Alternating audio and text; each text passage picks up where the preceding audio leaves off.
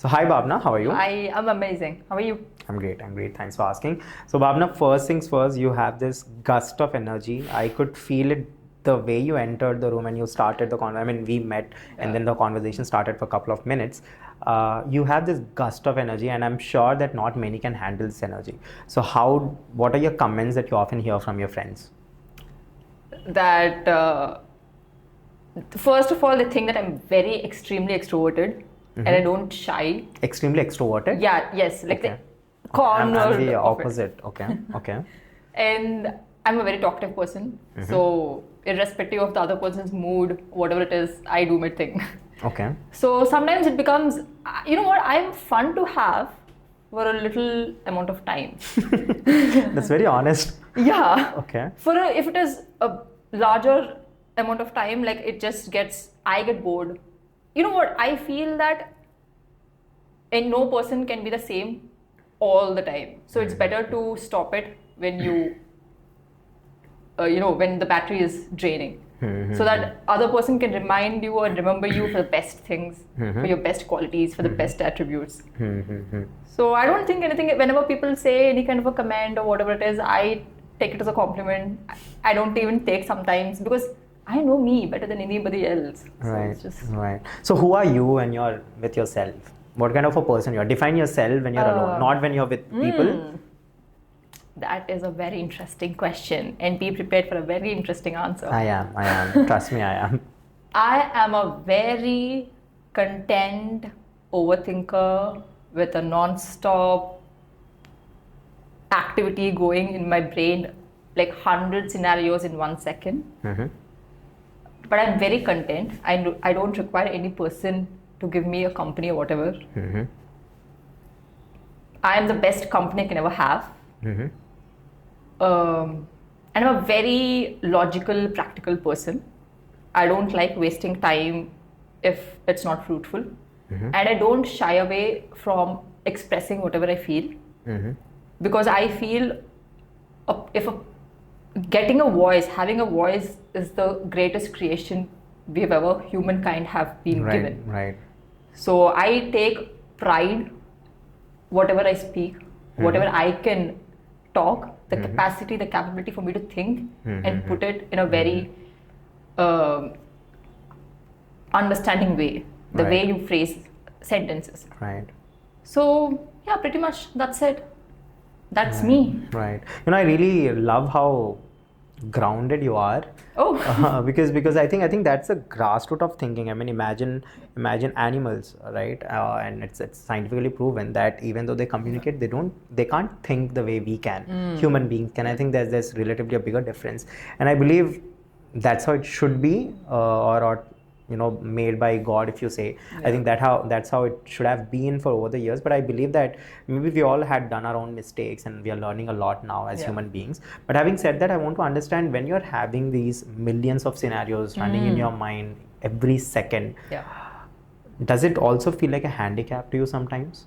Because I'm pretty sure it's not a very great space to be, right? So how does that work for you? I feel it's a superpower, and I also feel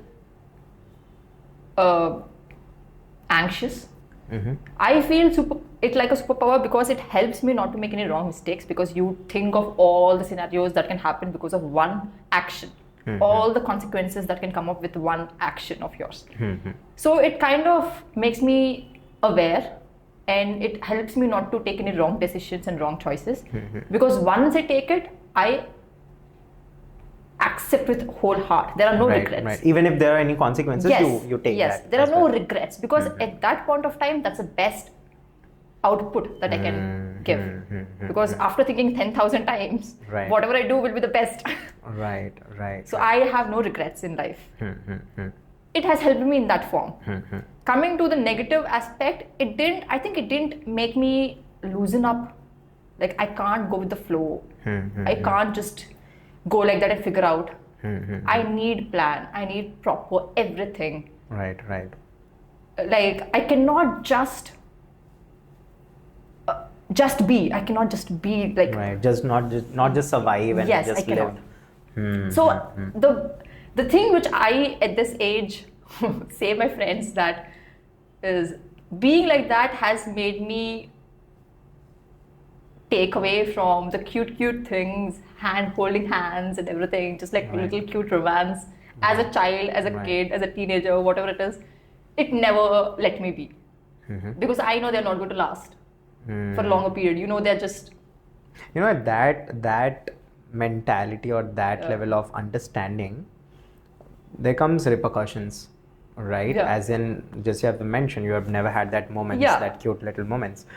Do you feel you're missing out on them when you look at others? Because see, again, it's very yes. beautiful to have them as yes, well. We yes, can't deny yes, that. Yes. I feel I missed out, but also I didn't find anybody who is worth making a moment with. Okay. So, end of the day, there are no regrets again. Right. But I wish I could have, but with whom? Right. There is no qualification, like there's no person that I felt like also to even hand on hand. Like even if I liked a person, what is the probability of the same person liking me back? What should I do? Just జేబులో రెండు చేతులు పెట్టుకొని ఎక్కడికి వెళ్ళాలో తెలియకుండా నడుచుకెళ్ళిపోవడమే. Right. It's right, just that. Right. You know, listening to you, watching you is like I'm looking at a video into two. Oh yeah, that's the thing which I get very frequently Right. said. Like Right. even I've made a film with Navdeep, right? Love Mouli. He says that నువ్వు 4 సెకండ్లో 44 expressions ఇస్తావు తెలుసా. Right. Even for a normal action, normal dialogue delivery with a normal speed, they used to put a slow motion cameras. No, define yourself in three, because I'm really interested now in your personality. So define yourself. I want you to define yourself. How do you define yourself in 3 words? Take your sweet time. Filterless, because I don't think. And I talk facts. And I respect myself than anybody else. With the qualities that you mentioned, I'm assuming that you have had a very hard time having friends, relationships, or maintaining, I mean, not romantic relationships, but with your own parents as well sometimes, or maybe perhaps your relatives. How did that happen? Because these are the things that people tell you shouldn't have most of the times, right? Because we are a textbook society, and according to the textbook society that the so-called society has made, you are not supposed to be like this. You have to be very sugar-coated. You can't be very honest. I mean, again, there's a difference between being honest and hurting someone else. I'm sure you know the difference. But then tell me, how has your relationships been because of these qualities that you have or possess? The best part is, I'll tell you, as a child, even now, I'm a very content person. Like if you give me a plate of food, whatever you've kept on the plate, like curry, rice, whatever amount, quantity, quality, no matter what it is, even if I'm super hungry, I just eat that. Okay. I don't ask. I just make portions with that only. This is for curry, this is for... Is it because you never had an option, or is it because that's the way you are? That's how I think basically from child, I don't like creating a disturbance or creating a noise or kind of a thing in the surroundings. Right. So you confined yourself to this space. I am that person usually. Okay, right. I don't very happy. Even at home, I just take my place, just sit. My mom still complains, why don't you come and help or talk to me? That thought also doesn't come. I'm a very confined person. So these things, like what all the qualities that you mentioned, those are not mine. I've been injected in me by my parents from my childhood. As a child itself, those are the qualities that have been told, preached, and my father follows that, my mom follows that, my brother follows that. So of course, me being with those people, of course you feel that, okay fine, maybe this is how I should live. And you change yourself. Right. You somehow were wired this way. Yes. Because I've been told that this is the only way you can create an impact. Okay. My dad always says that you have to be remembered. And the utmost power you've gotten is your voice. Like as I said, the ability to think. And that's the only difference a person can have with another person. We all are same with all kinds of hormones, same hormones, same kind of an age, same phase of life. The only thing which differentiates is how you put it, how you act, how you show. So he has said that that's the only power humankind can have. Okay. So when it is in the build up a sentence kitchen up do, and you feel more empowered when that is coming from a parent to a girl child. You feel that nobody can ever stop. When at house itself you have a great support system in setting core, but also what happened was that became difficult for me to maintain friendships. Yeah, of course. And relationships, because that's the first thing I told you. You're this content, you're this extremely it comes to a point where you're not affected with someone's presence and absence, which is a very terrible thing. Yes. I mean, not terrible, I think it's terrifying to even think about that. You're not affected with someone's absence and presence. You're so content, and what happens is most of the times your people wouldn't get, they would think that you're selfish. They would think that you don't care about them, and they would also think for a point that even if I disappear from my life, there's no difference that it's going to make. I hope you're getting. You know what? Talking to you, the point that you said that even if they disappear, it wouldn't make an impact to me. But you know what? Actually, it was. You're actually making me think. Which is nice. I used to feel the same with other people. Even if I vanish, their lives are not going to.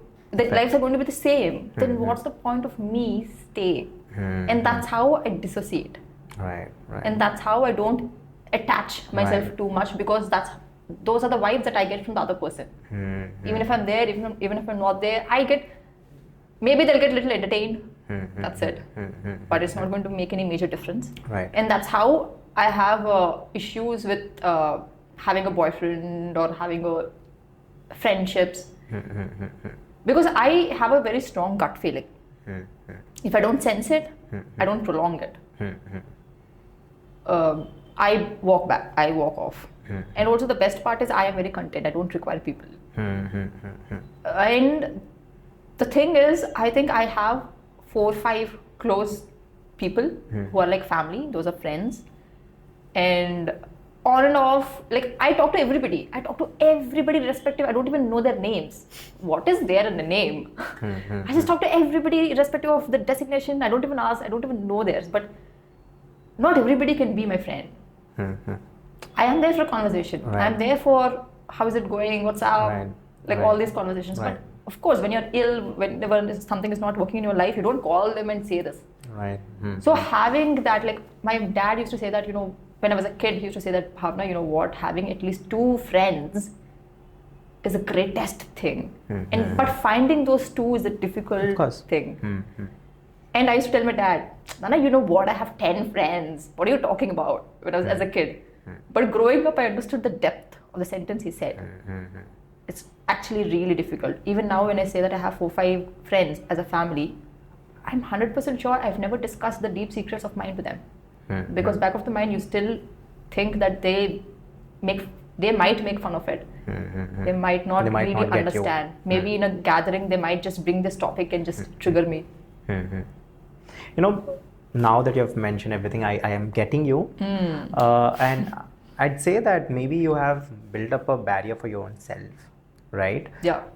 And that somehow is again hindering your relationships. Yeah. I don't want to sound like a therapist, but what I'm trying to say is put yourself in other shoes most of the times. And the problem with someone who has very strong gut feelings is that they understand lots of things, but then with understanding also sometimes when you're a human being, it's okay to be recluse. It's okay to let go. I think that will come to you. Yeah.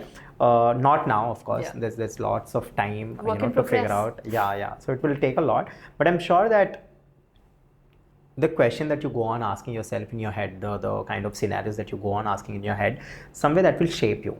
Yeah. Right. And I think it has shaped to a point where you are the same person you don't want others to be, because you're also not you're also not affected with people, even though you are not very good at showcasing it outside. So the problem with girls like you, human beings like you, is where that you are extremely sensitive, you're extremely emotional, you understand everything, but then the point is you don't know how to put it out there, because at the back of the mind you know that some people might not get it, and because of that singular reason you don't show it, because of which the other person thinks otherwise of you, and that's where the problem starts. So I don't know if I'm completely right or wrong, because it is because you are at the end of the day the captain of your life. So I'd say that maybe try this, communicate, right? The only way to understand is that just put it out there. Now, this is what I've been thinking in my mind for thousands of times or hundreds of times or millions of times. Do you think this is right? Or do you think that it makes sense? Just put that across that question. I think you'll but you have... know what? I am the person, you can tell that I advocate communication kind of a thing. Like I communicate everything, I say it because I believe, it's not even believe, it's a fact and it's a truth that nobody can understand whatever is happening in your mind until unless you speak it out. But you know what? As I said, I spill facts, I tell whatever it is.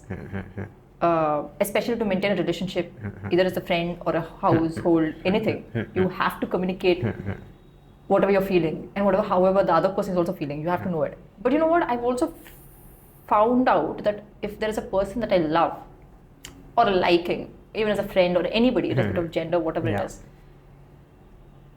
you know that if you talk this, it's going to make him think 100 times, which will make you stop say this. Right. So you suffer internally, you know you should talk about it, but the lips, the tongue doesn't make it, because as you said, you're very extremely sensitive, you think about other people, like everything. Right. You know this is going to make the other person conscious. Right. And he might feel that, oh, so far, am I doing wrong? Like, what is wrong with me? She might lose interest in me. Like, all these questions, whatever he is going to think, I think beforehand, and I stop saying it, though I have to say it. Right. So it's a very... I know. It's a very give and take process, of course. You can't do this with everyone. But again, for your sanity, I think one thing that human beings do not understand is the power of confrontation. Yeah. I think the power of confrontation is way higher than what we expect it to be. I mean, imagine, like, you have been listening about casting couches and all that in movie industries, right? Imagine someone actually talking it out in a bunch of 20 to 30 people in a group, right? I mean, imagine there's this set going on and someone might have misbehaved with you, or wanted to do something which is unethical or wrong or illegal.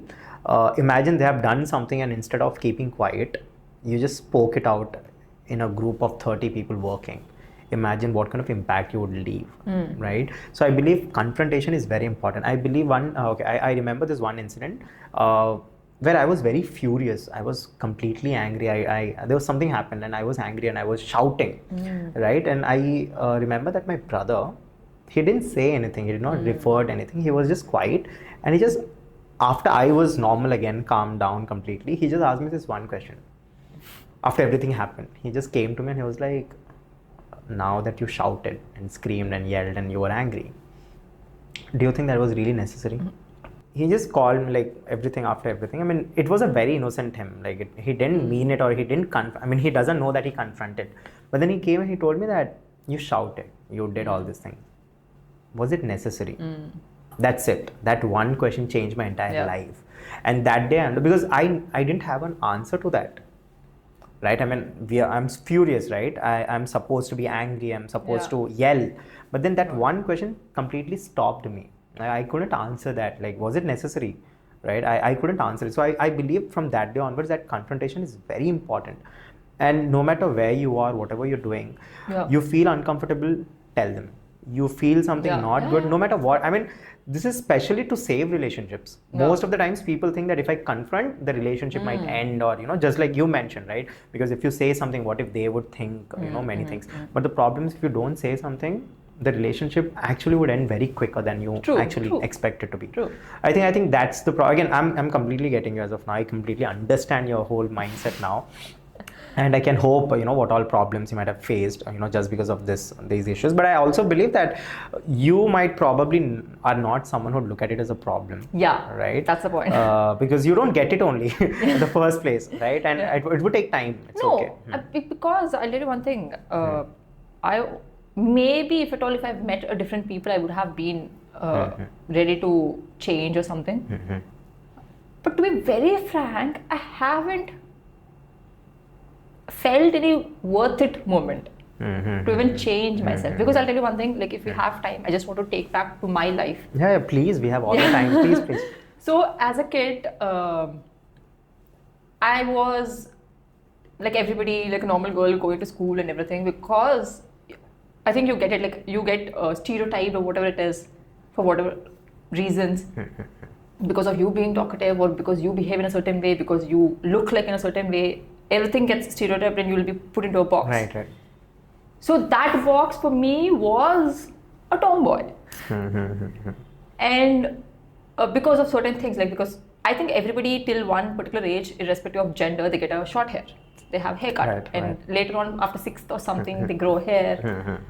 But for me, till 6th, I had short hair, but when I was 6, my brother went to military college. So it was, mothers are very dear to sons. Right. So my mom used to wake up in middle of the night and she used to just bring my son back. I want my son, you just can't leave him those many miles away. Right. So it was not an intentional decision, but subconsciously it just happened that I just continued it and started doing dual action. I was being the both brother, like the son and the daughter. Right. And at that point only, people start saying you that Bhavana, I think you look pretty when you grow your hair. It's high time you have to start growing your hair. But now, my thought was, if I grow hair at this point of time, it'll be like I'm growing it because they've said it. Because for them, I'm going to grow my hair. The thought, I didn't like the thought. Right. Why should I even grow? Like, even if I felt like growing my hair, I used to feel rebellious. Like, why? Because you're saying it, I should grow it or what? I'm very comfortable. So I have kind of this behavior also. Like if somebody says... No, I really get it. You mentioned that, even if you'd want to change, you did not find anything worthwhile or worth it to be changed. Trust me on this. This is for everyone. For all the human beings, I think when we are growing up in a certain way and we are comfortable in a certain way, we don't want to make those changes at all. We are very comfortable. You know what? We're a very different people in love. I know. That's what, that's what I'm coming, that's where I'm coming. Because when you're told that you have not find someone or, something worth it to actually do, trust me on this, it will happen. But it will happen when the person is really that right for you. And I think it will come very naturally, no matter what you think, how you think. Because, most of the times I've seen my friends and oh my God, I've seen a girl just like you. Trust me, the girl I mentioned, and she looks like you. Same. I think that's why I'm getting you a lot. I think because of her. Because I've been with her, we traveled almost around 30,000 kilometers together till now. Right, in the last one and a half year itself, we traveled 30,000 kilometers together in a car. So it's like, I know her in and out. And I believe that she was also misunderstood. She was also, the same way you are. Not completely same, of course. But I believe that you will definitely find someone who will understand you at some point of time.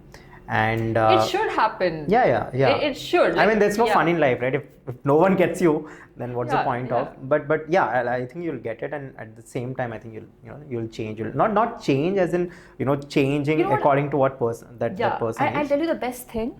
Whenever your friends hang out and everything, you talk about what is happening and all these things. So whenever, especially females, they say that, Bhavana, maybe you have to reduce your standards. Basically, I have no standards. Okay. They're just basics. Right. They're not extremely high or something. Right. Like whatever you ask, like kindness, empathy, all these things, they're not expectations. They're just basics. Right. They don't even come under standard definition. I know, right. So I was like, and one of them said that even you expecting bare minimum is an expectation. I was like, what is this kind of a dialogue now? How can a bare No, I truly believe that there is no, without expectation, you can never be in a relationship. No relationship is without expectation. See, we are not parents and we are not kids in that parents should also actually accept, expect, not accept, expect. And I think that's why, we are changing, as a society also we are changing. Whenever I hear a drastic kind of a dialogue like this, the immediate next day or the next day, a man suddenly appears. Where he proves that I need not settle for anything less. Mm-hmm. Like just a presence. I'm not saying about a relationship or whatever it is. Just a presence of a man. You can figure out like what kind of a person he is. But just a conversation, but just like 3, 4, 5 hours or continuous meets or something. It just immediately just happens. I don't know from where this person comes. I feel that universe is actually telling me not to reduce my values or whatever it is. Just Bhavana, be you. Don't listen to all this crap or whatever. I think women for most of their lives are taught this. To reduce your expectation. I mean, I'll talk about arranged marriages. If a certain woman wants a certain man to be this way, that way, they're like, inni avadu. I'll tell you, anta undadu, edi undo ade, and then if this guy is, I mean, don't look at this, look at that, don't look at that, don't look at that. I think marriage, love is a very, very personal thing, right? I mean, what you want as a person, who you want as a person, I'll never get it, right? Even though you're my closest friend, I would never get it what kind of a man or what kind of a human being you want to live or, be with or, have a companionship with. And I believe I have been hearing this a lot, girls saying that I want this, but then, I did not get all this, but then we have to get settled. Why? Right? I think 1.4 billion just in India and then overall 8 billion people. And I think your basics, Anton Analyst, you're very clear about your basics, like empathy. I mean, these are not something that out of ordinary. It's very ordinary, right? These are the basic things. I mean, that is what exactly differs you. I mean, makes you different from an animal. True. Right? I mean, not talking about the animal movie. But I mean, yeah, I mean, you should have, and I think please don't settle down for less. Please have your own stand. I mean, you have your standards. You just sometimes, I usually focus, I believe universe, because whatever decisions or whatever life, whatever it has taught me or pushed me into, whatever it is, I've never asked for anything. I don't ask in general. I'm not a go-getter, kind of an ambitious kind of a person. As I told you, whatever is on my plate, I'm very happy. Right. I don't even think out of the box. I'm very happy. But sometimes you just become extra ambitious or extra. Sometimes I don't say that I'm 24/7 into that zone. I'm not that. I'm very happy with being content with simple life. That's the core. Whatever I get, I treat it as bonus. Like if a movie offer or a career growth or a man in life, whatever it is, I see it as a bonus because I've never asked for any of those. So if it is giving me happiness, it's a bonus. If it is something that is draining me, I see what it is teaching me, what universe wants me to learn from it. Very interesting. Yeah. So even if there is even the projects that I do, I treat every offer. It can be big, it can be small. For others, I'm saying. For me, obviously, anything is a bigger than zero. So I see that as my last offer, and I give my all, because you never know what tomorrow brings.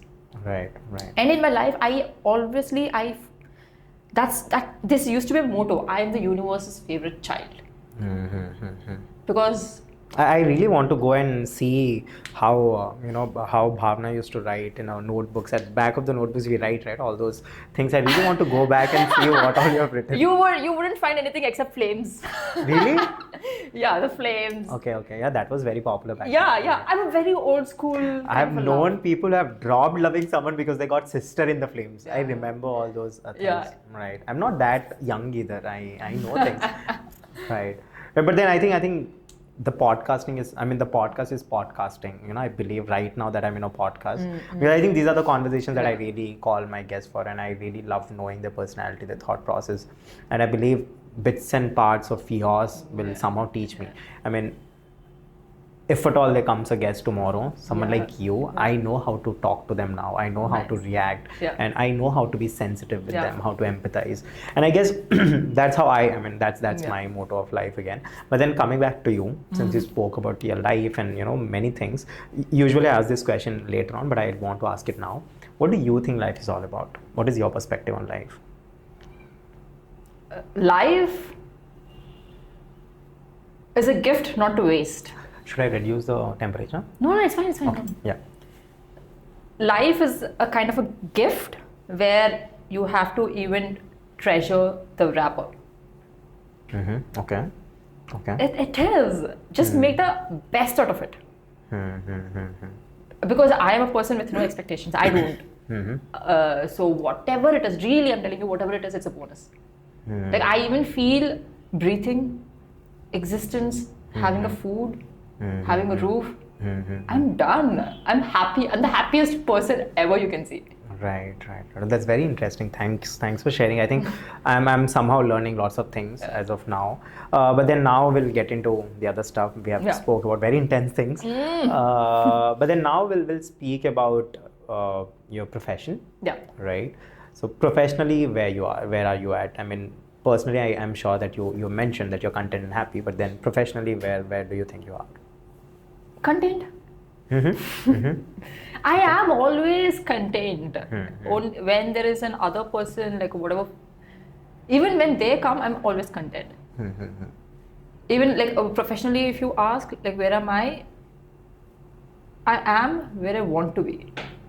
I have nobody at home. Nobody have like induced any borders or the things that you shouldn't cross. There's nothing from home. Okay. But I keep it for myself. All right. As an individual, my rules, my thing.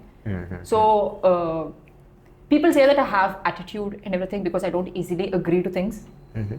They term that as an attitude, but I say that that's a respect I'm giving to myself. So if I don't, even if it's a bigger project, whatever project, because we're talking about profession thing, even if it's a corporate career, anything, professionally, if I don't like it, no matter how much ever you pay, I don't take it. Because, as I said, my basic, I'm very happy with food, home, roof. Right. You remind me of SRK, Shah Rukh Khan. Really? Yeah, he told me this. I mean, not me, of course. He was talking to someone and he mentioned that I'm a very secure actor. That I'm not insecure about anything. Because I know that I've come from Delhi with no money in my pockets. I had some around 500 or something he had in his pockets, and he came to Mumbai with that amount. And he told that no matter what you do to me tomorrow, I know that if I don't have anything also, I know that I can take that 500 back and go to Delhi. So, you know, that you're that kind of a person. But then when we're talking about movie industry or being in movies in front of the camera, I think it is very lucrative to think that I want one more time to be on the camera. Yeah. And once you're there again, you know, I want to be one more. I mean, one time more. So it's very lucrative and it's very paying. I mean, it's not paying as in not money, but it satisfies your soul sometimes. Right? Yeah. The kind of attention you get, because see, human beings are meant to get attention.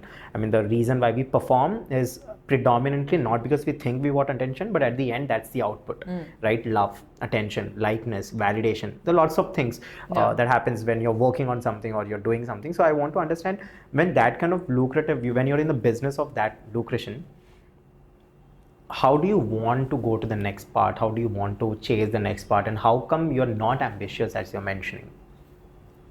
I don't know. I don't even chase things. I really don't chase. Like I that's the reason I treat every project as my last project, because I don't know whether I'll be having a project or not. But the thing in me is that if I did a project last year, I would have at least learned something in this given time. So I feel that please, one more opportunity to give this better self. Right, the learnings. So that I can show, I can put it out. Right. It's just that thing that I think I've grown up as an actor. I've learned more things. I think now I deserve an opportunity, not then. That's the thing. But again, and I also don't like waiting for an opportunity. Right. I can't just waste my prime age of being young, energetic, so that some other person will write a script and give it to me. I cannot think that. That will be foolishness, not even selfishness. So maybe I can give my own an opportunity in whatever skills I've built. I don't like waiting for an opportunity. Wow. If it comes, it comes. If I like it, I'll take it. Coming in opportunity is one case, but me liking the opportunity isn't the main case. Right. And of course, I understand that whatever work you are doing, of course, you'd love that work, and that's why. So, talking about that, how did movie industry happen to you? Because you don't seem someone who wanted to be a actress on the camera. Did you have that in your mind? I wanted to be an actor. I want to be an actor, not in industry or whatever it is. Just Of course, in I get theaters, it. whatever it is. And as a kid, I still remember, as a child, I always wanted to be an actor. Like my mom or whatever, they used to see serials and everything. No? I always used to choose the villain characters. Like biting nails, and like, what is that giving looks? Right. All my entire body language, walking in certain way, talking in certain way. I always used to choose villains. I don't know why. I love villains. Okay. Why do you love Wicked? It's very wicked, but yeah. There is no hero without a villain. Villain is the actual hero. I think we'll shut down the podcast. It's done. This one line is enough to conclude the villains. I don't know why I used to get attracted to them, because I always used to, the narrative in whatever I used to see, it always used to be that hero is just a normal guy, just a normal guy who is falling back of a girl, but the power lies with the villain. If there is no villain in the storyline, nobody will watch it. Right. So even if you see it, the villain's character is built more powerful than a hero, and last a hero gives a punch, just like a VFX or whatever it is, and he gets a heroine. But it's very interesting that you look at love stories like this. Yeah. It's very interesting. So when did you grow this? Like, when did you have this understanding? I'm sure you did not have this understanding when you were a kid, but then slowly as you grow, I'm sure you would somewhere know. You know what? I'll tell you, it's been a lot of years of my life on earth. Right. But I always feel that I've been the same from child. Maybe little experiences, little exposure, life lessons, keeping that aside, the core, the thought process, it has always been the same. Sometimes I tell to my parents and my friends, bro, I'm just growing in age. I didn't change much. Right. I was, whatever overthinking I do, whatever extra cautious I am, I was even as a 2-year-old, 3-year-old. Right. I was never a loosen up kid. Great. Do you have trust issues? Not really. Like, it's like, once I trust, it's all in. Okay. But I don't easily give it because of my experiences. I'm talking it. I don't like if somebody lose talk, like sentence, if they loosely give it. Right. Like, especially when I trust the person and the person just randomly and type lo react aite, I feel like, Bhavana, why did you even say that? Why did you even completely depend on that person in the first place? Right. I blame myself. నీకు సిగ్గుందా? నీకు అసలు ఎందుకు ఎవరు చెప్పాడు నీకు? చెప్పు, వాడు చెప్పాడా నీకు ట్రస్ట్ చేయమని? నువ్వే కదా ఒప్పుకుంటూ వెళ్ళావు. ఇప్పుడు నువ్వు వాడు ఎలా తిడతావు? Right. So I don't like somebody disrespecting my behavior or my word or whatever it is. Your time. Right. Yeah. So what is the root cause? He is behaving in a certain way because as a reaction to my the action. way you were. Right. His was a reaction. Right. So I question my action. But I'll tell you, Bhavana, I mean, I understand where you're coming from, but at the same time, you know that, right? That people's reaction is not your fault completely. I mean, yeah, it's a very hard learning. I know, right? I mean, people are some people are the way they are. They got brought up, and they lived or they understood certain things. So I think you are also being very hard here on yourself. You know what? I'll tell you one thing. Sorry to cut it off. Yeah. But I really don't care of others' opinions, especially when they are nothing to me. But I think it's coming down on, I mean, when I mentioned that you're being hard on yourself, I think it's coming down on questioning yourself. Why did you trust, or why did you even talk to? I think that's a little harsh. That's where I'm coming. Yeah. Because at the end you can't contain their actions. I think that feeling also I felt when obviously I'm at an age where koncham manchiga maatladana sare, whatever it is, like a common points with an opposite gender, whatever it is, you feel like this might work. Right. అనిపించిన టైమ్స్లోని because parents obviously they'll know the best, even if they scold or even if they say something, it's for your best. And friends, they're like, we make fun of it, but friends kanta koncham outer circle, they are just like, we talk normally, randomly. They are nothing to me, I am nothing to them. It's just like existence. But when it comes to another person who is going to be yours, and a thought, when it comes in your mind, I think it's a female behavior to completely surrender. We females are built that way. Because as if you go back, it's like men are like protectors and women are like providers. Yeah, I mean taking care. I mean carers. Yeah. Yeah.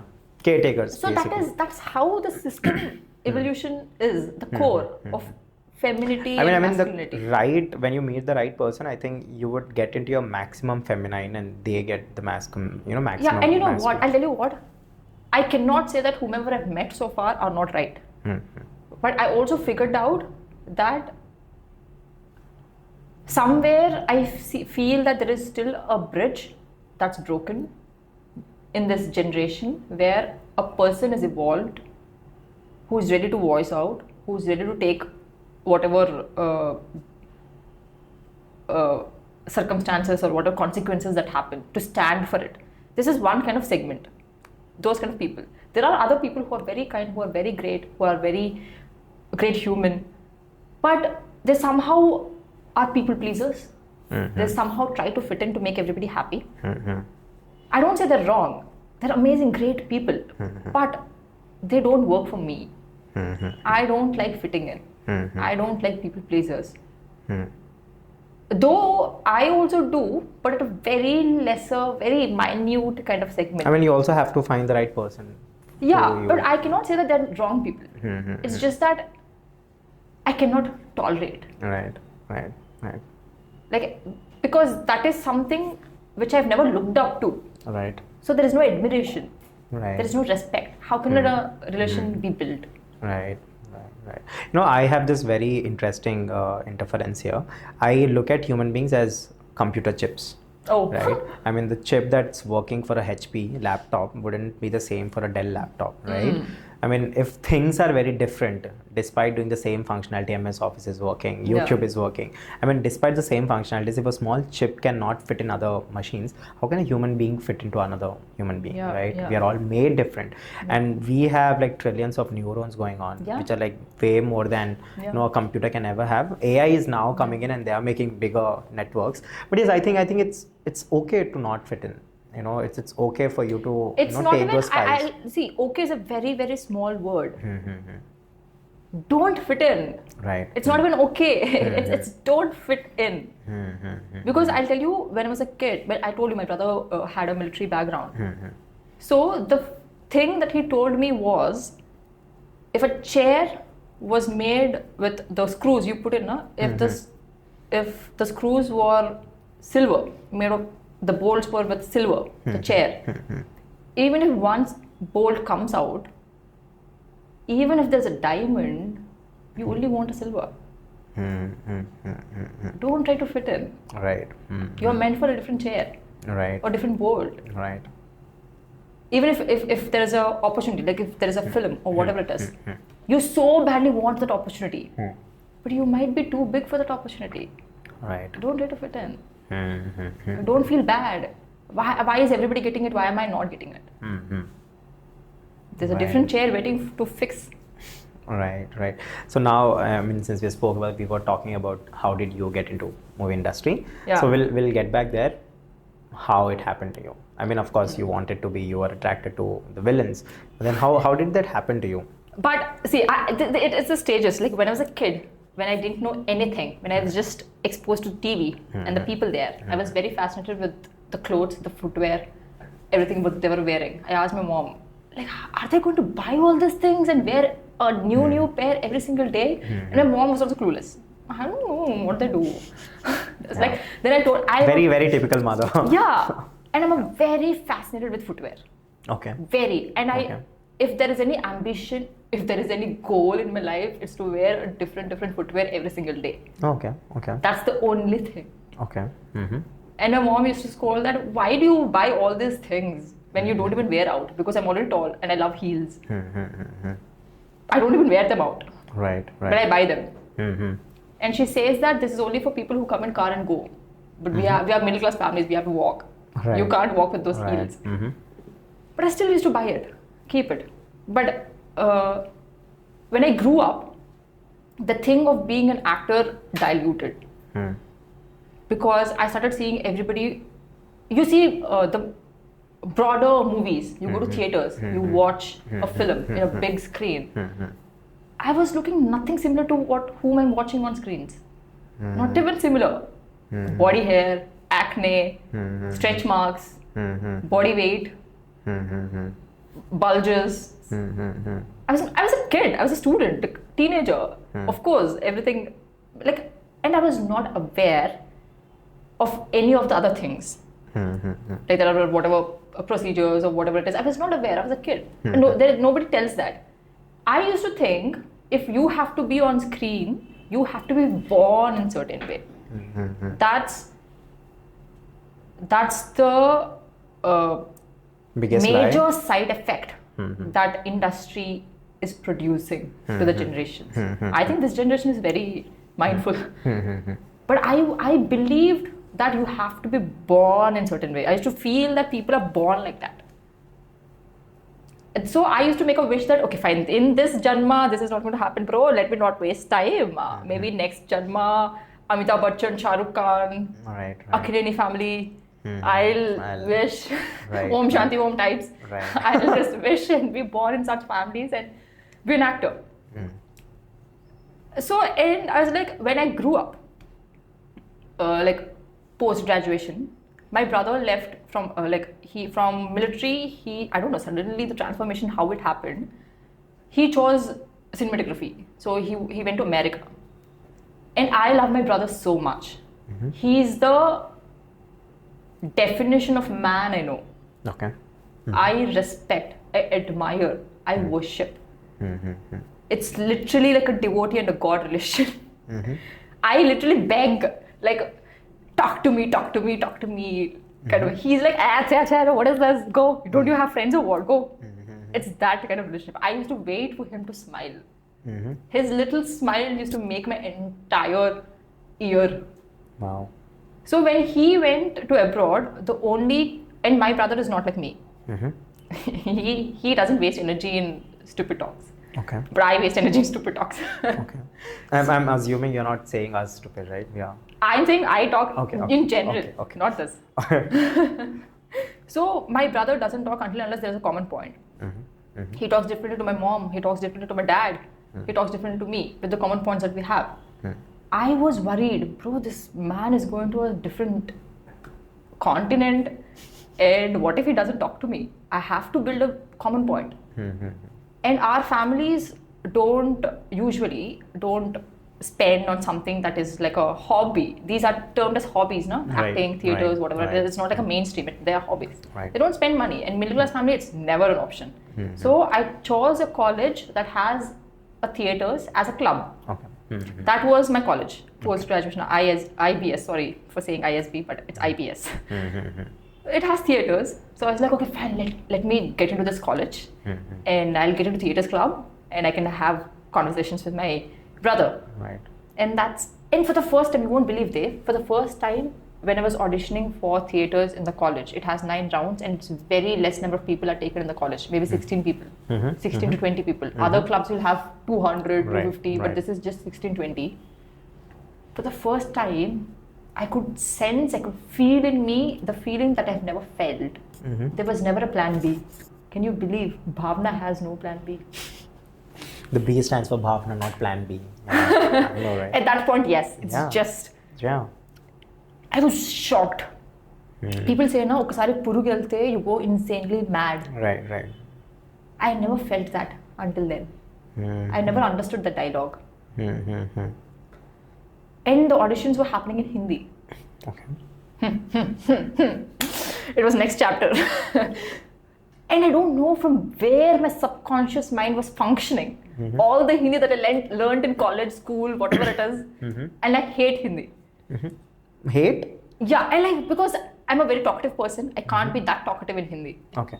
So that's the only reason why. That matter every language. Yeah. Because I think in English. Right. It helps me be filterless and talk whatever I want to talk. Hindi doesn't let me do that. I don't know from where I was. Even if you put that scenario now, I cannot be that person. It was it felt, some people entered my body but the courage was different. Everything was different. And after 9 rounds, everything, they divided into 2 groups. Seniors were talking to this group and seniors were talking to this group. And they were saying that, and we don't know what the other group talks were happening. For us, they were saying that, you know what, just because you're not getting into this doesn't mean you're very little. It's just that because of due to extra other things, we cannot take more number. We're just sticking to 8 people. I could sense it. You can immediately sense it with the body language that something is off. And I was completely weak. My legs were not functioning. Everything was so weak, as if my entire energy was drained. I was not able to stand. I was shivering. I was, please, I'm ready to faint. I was like, my tears, my everything was shaking. It was red. But they were saying that, Bhavana, the team, you shouldn't be like this, because when other people are cherishing it, you have to go and congratulate them. This day might not be yours, but this doesn't define you. So go and congratulate. So when we were going to congratulate, even the other people were coming to congratulate us. So we both were there, like 16 people were there. In that minute, I'll tell you, that was the only achievement I ever had, and I've achieved it. And the internal feeling that I can have a conversation with my brother, like things that love make you do, it's next level. And after that, whenever I got into the club, and my seniors used to say that, Bhavana, because we used to get posters for the auditions, whatever it is, the cinema industry, and I never used to show interest. They used to tell, you're Telugu, go, give an audition. I'm like, no, I don't like getting objectified. I don't like getting sexualized. I don't like people focusing on body in a very different view. I like theatres. I love theatre. Theatres is my therapy. I can even teach kids how to act. I can live. I can make money out of it. I'm very happy. But I don't want to degrade my craft for something which is not even shown. It can be controversial, but I don't mind, because that's what I've grown up. That's what I thought. That's what I still make decisions with. I'll tell you one thing, like I don't choose any script that doesn't have a scope for acting. If you want to show glamour, if you want to show me as a showpiece, if you want to show me as just like a puppet, don't call me as an actor. Don't call this industry as an acting industry. I'm very vocal about this. And that's the reason, because my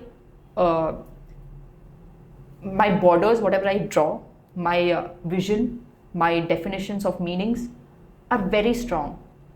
I can't settle for less. Anything, either other also I can't settle. So that's the reason I see every project as my last project. Because I'm not volatile. I cannot adapt to this. Because I respect my craft so much. And you can't change a meaning. There is a model for a model. There's an influencer for an influencer. You can't put everything as an actor. Acting is a craft. I can't put that down for money or anything. Understood. Like if you're paying me lots and lots of money, I can think of changing my definition. Because maybe I can help with that amount, anything, whatever it is. I can do whatever I am meant to do. Yeah, any business that you want like, to there is always the saying, there's always a price for everything. A person cannot be for 100 rupees, cannot be for 1,000, cannot be for a lakh, cannot be for a crore, but we are humans, there is always a price for everything. Until and unless I get that saturated price, I'm not going to change my definition. No, there's a saying, दुनिया झुकती है झुकाना वाला चाहिए, right. Yeah. So, that's how I got into acting. When I was saying that I will not be giving auditions and everything. But one day, it's Jan 1st, 2020, my college was done, and I have to join my corporate world. I'm placed. That's when I kind of felt like my therapy session is over. I cannot go back to therapy, and I'm going back to corporates. I cannot. It felt like a missing piece. Right. So that's the time when I felt like, okay, fine, let me give an audition. It'll be cool to say my kids that, in that era, your mom gave an audition, you can talk about your girlfriends and boyfriends to me. I just wanted to build a nice relationship with my kids in future, which made me take an audition at that minute, just for the cool stuff. Your mom gave an audition, okay, just to say that. And I didn't tell this to my dad, because my dad says that, Bhavana, don't do anything like this, because the board that is in the morning will not be in the evening. Industry is similar to trafficking. Oh my God. He says that. Okay. I am controversial. What does he mean by that? Because I'm from a middle class family, listening to Casting Couch and everything, all this news and everything. My direct interaction is with TV, not with people, not with industry. Obviously, from a parent, to be careful with the kids' decisions. And I'm a very impulsive person. Two, with an overthinking and impulsive, deadly combination. Right. So, and also my parents stay in Visakhapatnam. I study in Hyderabad. So he's extra careful. He says, we are very vocal at family. It is similar to trafficking. Don't do anything without telling me. Even if it's a big banner, even if it is whatever it is, don't. So that was the minute where I said I didn't tell my dad. I was like, okay, fine, I don't want to be an actor, no, I'll just go and come. There's no, any kind of,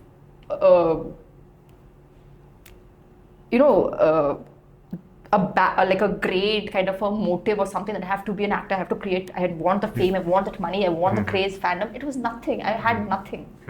I was just like, then what is the point of saying? I'll just go, because even if I say he'll be worried at home, let me just not make him worried. I went and I gave an audition, and I came back.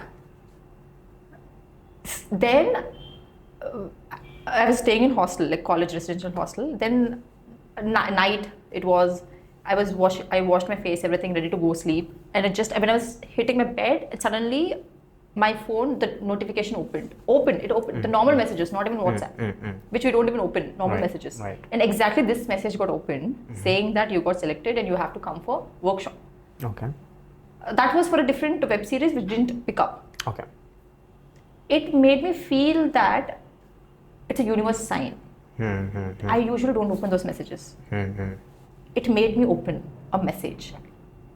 And it is asking me to come to a workshop. And I was like, usually I don't go, but it felt like universe is trying to, even if it doesn't work, it's trying to teach me something. Right. If it works, I cannot deny what's written. Right. But now I have to figure out where I gave an audition. What is that place? Because I have to tell my dad. Right. When I figured out, when I was Googling it, it's C-Space, Navdeep's office. Oh, okay.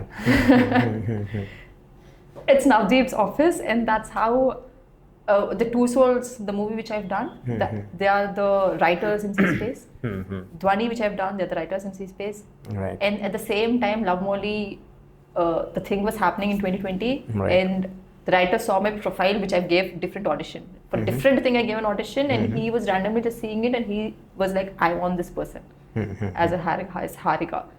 And that's how it happened. And in between Modern Love and Dead Pixels, they came as an output of whatever work I've done.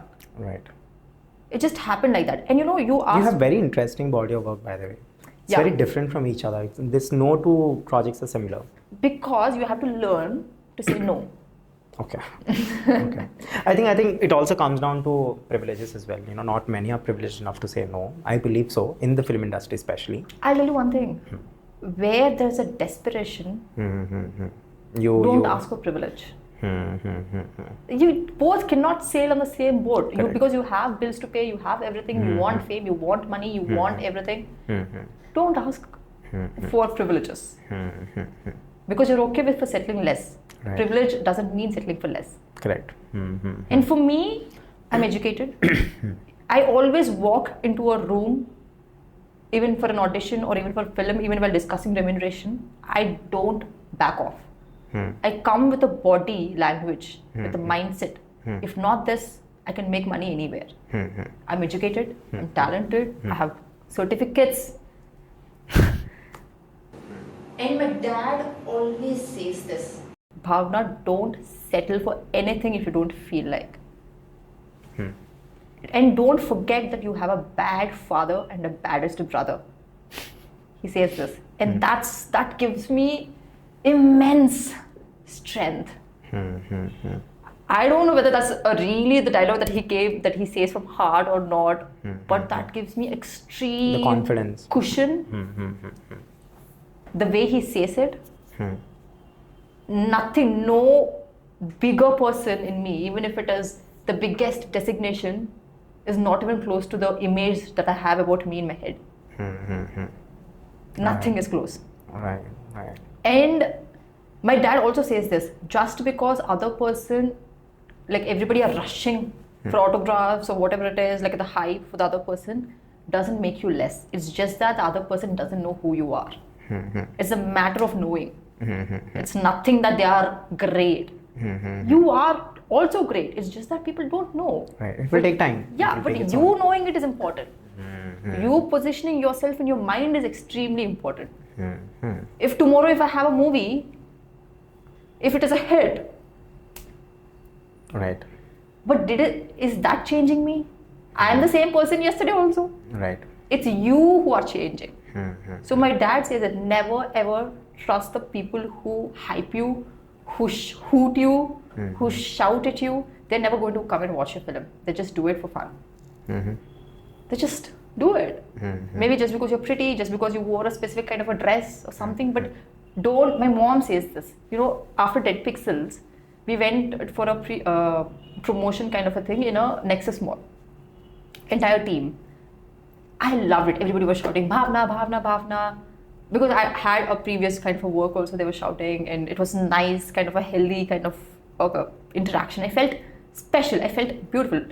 But also, it also made me question, are these people shouting? If they're shouting because they've seen my work, I'll be at most proud. Right. Because they're respecting my work, they're following my work. But if they are shouting because I wore a specific dress, because I look beautiful, if it is coming from that point of view, I'll not take it. That is, and I was telling my dad, after this event, everything, I was telling my dad, you know what, Dad, I walked in front of, with bodyguards, everything, because my dad always says, you know what, there will come a time when you walk with black commandos. He says, and I always tell him, Nana, please don't say that. Should I Google who are black commandos now? Why do you have utna expectations? I'm just a normal, ordinary girl. Right. Don't put pressure on me. I am that kind of a girl, but my dad is never ready to settle for now. When I'm talking to my dad like this, Nana, you know what, I was walking in with bodyguards, they were there everywhere that I go.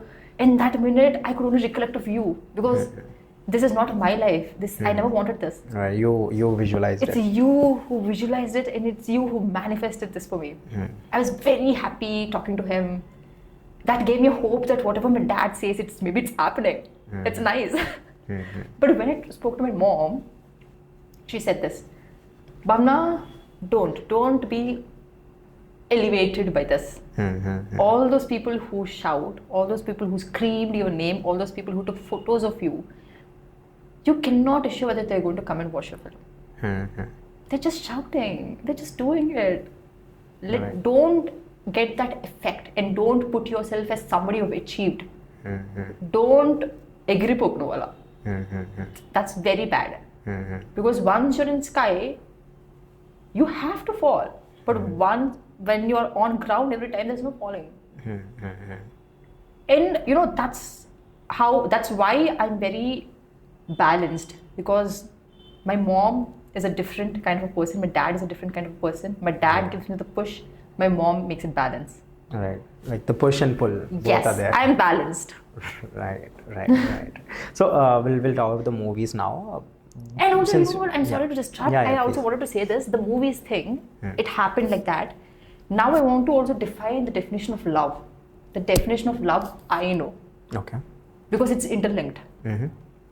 I wanted to be an actor as a kid, but I gave up while growing up because my personality is not like a go-getter. You thought. It's not that. But I love my brother so much that every cell in my body worships him. Just for a conversation, I die. Just for a Rocky to touch him, I wait entire year. And that it can sound any kind of a way, but that's the admiration and respect. He's the definition of man I know. And I've joined theaters so that I can have a conversation. I've done whatever acts or theater plays so that I can send a forwarded message, a poster of it to him. So that he can share his line of work to me and feel that there is at least one person at home who is understanding what I do. I wanted him to feel secure. I didn't want him to feel alone. I wanted to attain whatever knowledge he attains so that he can talk to me. I became the person that he is going to become. And finally, he made me the person I wished to become. Like literally, I want to be an actor. But in this journey, I was doing it to make a conversation, to not make him alone. Look at me, I can say I'm an actor. Right. That's what I wished for as a kid. But as a personality, I'm not a go-getter. That's what love does. That's the definition of love. When you do, every person will have some kind of a desire or something to do with their personal life. Right. But you give up because of some point. Right. Love makes you do different things which you're not.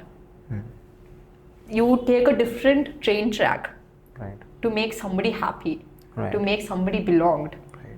And at the end, you find out that you made yourself.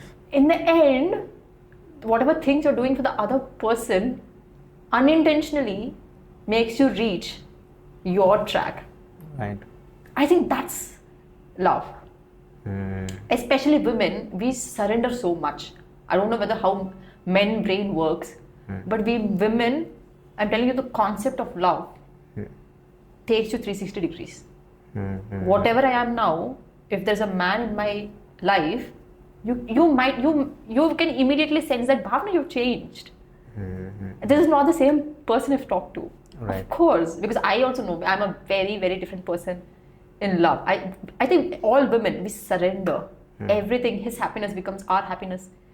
His future becomes our future. His ambitions, goals becomes your goals and ambitions, and you work for that. And in this process, you lose yourself. And that's the reason breakups, divorces hurt. Because it makes you question, who am I now? Because the entire years, the time, that person became you, and now there is no this person. Who am I? I feel very empty. I feel women are very giving, by nature. They're very giving. I mean, Mother Earth. We call Mother Earth Mother because there's a reason. Because it's not expecting much from us, right? And I believe that's where women are. They somehow become this caretakers, mothers, and they give in. They just give and all. And I believe with the right partner, you won't feel like you're giving as well. With the right partner, you would understand what that person is also giving to you. There's this give and take kind of a mechanism, and it should be there. I really laugh at people who say love unconditional. Love shouldn't have expectations. It should have expectations. It should be conditional, right? I mean, you can't love someone who's disrespecting you. You know what? You can love unconditionally, but that comes with expectations. There is nothing like conditions. They're not conditions because we don't sign agreements and all. Right. But expectation is there because you do certain things because there is an outcome of it. Right. Only when there's an outcome, you get that motivation to do something. Now I'll ask this question. I really want to. How has love been to you in your life? From the family or outside the family? No, I'm talking about romantic partner. I think Okay. Yeah. I never shied away from love. I never walked off like complete. I don't want love. I'm never that kind. But I also feel that men are different. Men grow up with age. They have phases of life. But I don't think I ever had phases of life. I'm the same person. Like if you talk to one of my inter-college friends, they say that, Bhavana, you didn't even change anything. You're just the same. But I've seen men change. Like during inter, obviously you will have crushes and everything. But I've seen men fall for pretty women who have straight hairs, who have amazing bodies, who wear a different kind of clothing. They're attracted to that. All right. And I am a very genius from child itself that I know why a man gets attracted to a certain kind of a female. I know that. And I never wanted that. I'm sure of that also. Okay. Because I know from a very young age this is just the outer facade, which will visual. fade away. Yeah, outer visual. If I want to project myself like that, I can. It's just a choice that I don't want to attract somebody just because of this. So it didn't work during growing up because all men that I've known were falling back of certain kind of this thing. And also there are men who wanted women who resemble like their mother, which is I don't get it. Like they'll be like, I want somebody who wears chudidars, who has long hair, who doesn't even make the dupatta fall, so that I can go and introduce them to my parents. Like till 25, 24, they'll have now. Like I want somebody who will take care of me, like a mother, like Sampradayini, Supini, all those things. Right. But they are the same. As a woman, I shouldn't. But from the whatever scenes, scenarios that I've been exposed to, not all innocent-looking women are innocent. Not all talkative women like me are to the streets. I'm openly saying the sentence like not to the streets. I get it's it. a very I completely understand. Very perception kind of the society. No, I'm telling you because I've faced it. Why do you think I've never got a reception of love? Because people think I might. It's all in the visuals. Just because I talk, just because I point out my voice, I have a short hair, I wear baggy clothes, loose clothes, jeans, and talk whatever I'm very confident and comfortable in my own skin, body, the clothes, the way I project myself. I'm very confident. I'm very content. If that scares men, I can't do anything. They think that maybe she maintains 2-3 boyfriends or whatever it is, like maybe she's into drugs or she smokes or maybe alcohol. Immediate perception. And you know what, I'll tell you, that didn't stop even till late. I even get roles like that. Sometimes what happens is, it's my comfort zone, but that doesn't define me. You know what, I don't even drink alcohol. I don't even do smoke because you know what? I don't even let my parents do agarbatti at home because I have this phobia of dying in smoke. I can't. My nostrils, my lungs cannot take smoke. I go breathless. And recently, like what I don't say I'm a complete vegan. I'm an occasional vegan because I'm balancing my heat and water balance in my body. Right. Inflammation and all these things. So I'm balancing it. So I don't take anything that that gives heat to my body. Right. So I just sometimes it just makes me think, what is it making men think that I am all of those things which I'm not? When in real, I really, you know what? If you actually ask me what is one thing that I always wanted to be as a child, I wanted to be a mother. It can sound lame, it can be so simple, it can be anything, but that's my whole world. I always wanted to be a mother. I always wanted to have 2 kids, and I have even named them when I was in 9th standard. Even for me to like a person, I never wanted a boyfriend, I never wanted a husband. I always wanted a father to my kids. Like, because the next generation is coming from me. So how responsible the environment should be there. Yeah. Like I can compromise on boyfriend, husband because I'm already anyways a content person. Right. But I don't want my kids to get somebody lazy or irresponsible or not ready to take responsibilities or who just beat around the bush or put everything under the carpet and not a problem solver, which is very everywhere. Very prevalent now. Yeah, I don't want those things. So for me to get into a relationship is very difficult because I see a father, not a boyfriend, husband.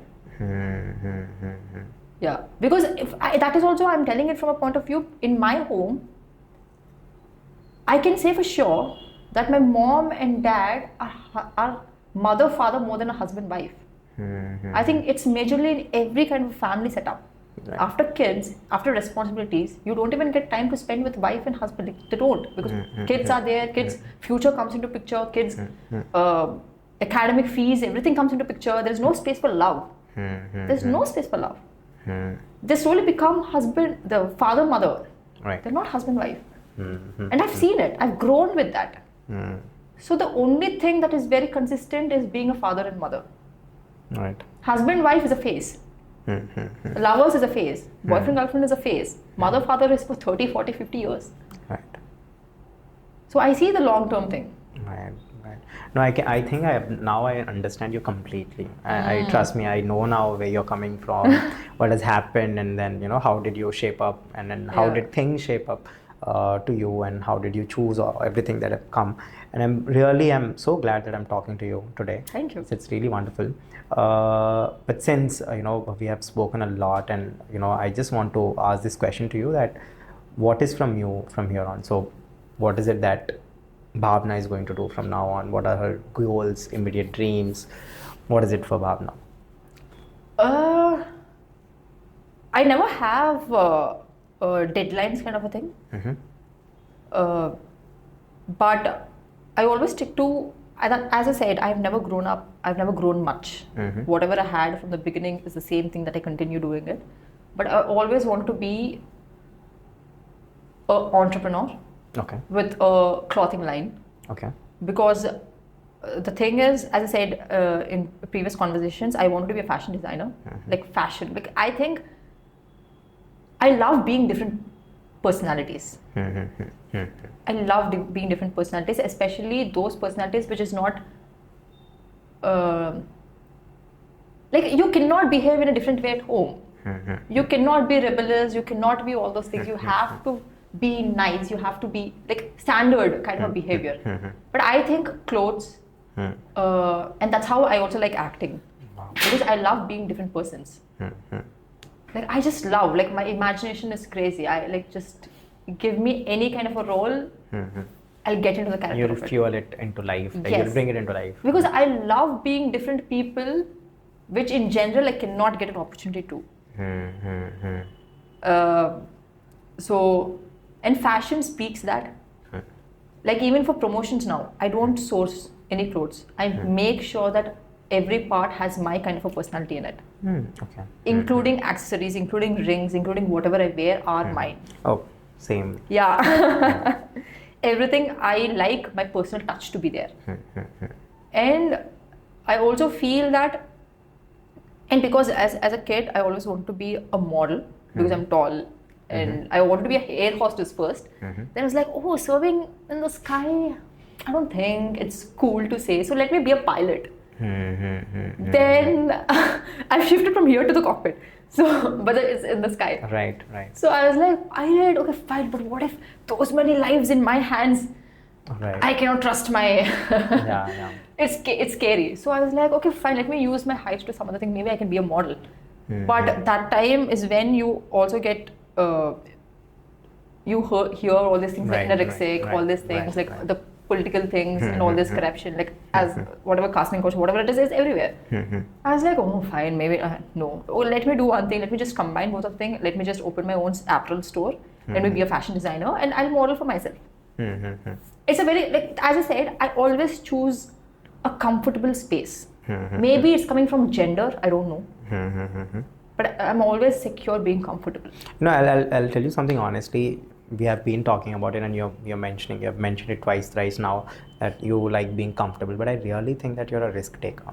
You just don't know yet. My comfort is also in risk taking, Right. but the risk taking is it's. You should be content with the risk also that you're taking. Yeah, it should be mine. I should feel that right. it is my cup of tea. Right. That is comfort only, na? Right. Even if the risk taking is my cup of tea, it's comfort. Right. No, great. But when are we going to hear then the entrepreneurship journey? So it's always, I don't know why. Like every time it begins, every time it takes a step back.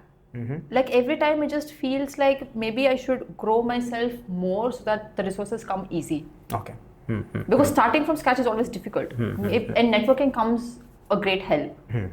Maybe I have to do something. Maybe I have to do little udhar, like maybe a project or whatever. I have to build up a network so that it will be easy. Because I also feel that the acting, which it came unasked, I feel that I can use that as my, whatever it is, being a normal corporate person at a middle class family, compared to that, even if an actor, like whatever, few people know me, whatever it is a plus on. Everything's a bonus. Right. So I would like, if I have to start a business, just say 2 years back, when I'm nothing, when I'm just a college student, whatever it is, my reach will be very less. No matter how much ever I invest, no matter how much ever luxurious or creative or fatak wala product it is, there will be no reach. Right. And I am a marketing student. I am a core marketer. So I believe in personal branding. I believe in exposure, awareness. And there is also unasked kind of a platform that I got introduced to, like in acting. So even if it takes time, I don't mind, because at the end of the day, I know I belong there. Hook or crook, I'm going to make it. Right. I just don't know how and when. I don't put a deadline to it. But the work is done, like whatever the paperwork is not in the sense of like, right, your research you're talking about. Yeah, my research, whatever it is, it's always done. It's just a matter of time. It can happen anywhere. And I said, the Kida, whenever it comes, it'll be whole and rush. Right. But I make it a point that that's the reason. Like whenever I do promotions or whatever it is, I put a statement so that people like certain clothes of it, so that I can attract when I release. Like everything is a step. Like everything they interlinked to each other. Yeah, everything is interlinked. Well, all the best for that. I'm Thank sure you, it will happen thank you, soon. thank you. So yeah, we have discussed, and then there's this one question that I really wanted to ask is, what's your method of approaching a certain character, right? Because again, one more thing that I also want to mention here, so that you can shed your light there, is you have mentioned that you have been given certain roles, a certain type of roles, a tomboyish kind of a role, because people assume you for a certain reason, the way you dress. And I understand that, the basic perception of the society, it's not changed yet. It might, who knows how much time it will take. But then I want to understand, when you're given a certain character, what's your thought process in order to approach that character? And at the same time, do you also get this stereotyped? Yeah, coming to the stereotype, yes, I get stereotyped, like somebody like a posh, like who's ready to live in kind of whatever roles, if they are there, like who smokes, because of the short hair or whatever it is, the bossy kind of a thing. Those roles I get very cornered to do. But how I choose is, I don't want to repeat any of the acting breath work. Like every certain character has a different tone, different body language. So I make sure I'm not having the same body language and the tone to each character. In the next work that you... Yes. So I say no, if at all, because once the film, once my product is out, whatever calls I get will be the same line. Resonating to the same thing. The same type of character. Same type of thing. So I said no. And also for me, I might not be a trained actor, but I believe, not, as we all know, not all education is from schools and colleges. Right. But I feel I'm equally capable than a person who took a training or whatever, coaching classes or whatever it is. Because I'll tell you, a person learns much more than observation, especially when you observe particularly a kind of thing. Trust me, observation is a skill. Not many can do it. Yes. Like, especially when you want to be an actor and when you want to work on it, your observation becomes very narrow. Like you observe clearly, like even if a conversation happens, even if you go for a tea or even if you go for a random walk, no matter how many people you come across, you observe that only. Like how is he breathing, what is he thinking, how is his body language, it becomes very narrow. Right. You only see that. Right. And just like an example, like whatever I've studied in college, it hasn't helped me in my work life, like corporate work life. Corporate work is completely different from whatever I've studied and got placed. The same thing, not every trained actor or whatever it is, it will not make you get ready for the main thing that is happening. You know what, I'll tell you why, the reason why I didn't take any training is, one, usually I'm a very overthinker, restless person. I question my purpose very frequently. It's not now, maybe next year, it's not like that. I question my purpose every day. So if I invest myself, not just money, energy, hope, thoughts, construction of a building in my head, if I'm investing my energy, my body, my cells into knowing a craft, but the reality is not even close to it, it is going in waste. And just imagine the thought itself, I'm learning a specific craft, Right. waiting for an opportunity, but whatever opportunity I'm getting is not even close to the skill set I've learned. It kills me, it breaks me, it disappoints me, it depresses me. For my own health, ignorance is bliss. Ignorance is bliss. No, I'll tell you something. I have heard it very recently. The best of the businesses, they have become bigger and the best because they didn't know how to do it. Yeah.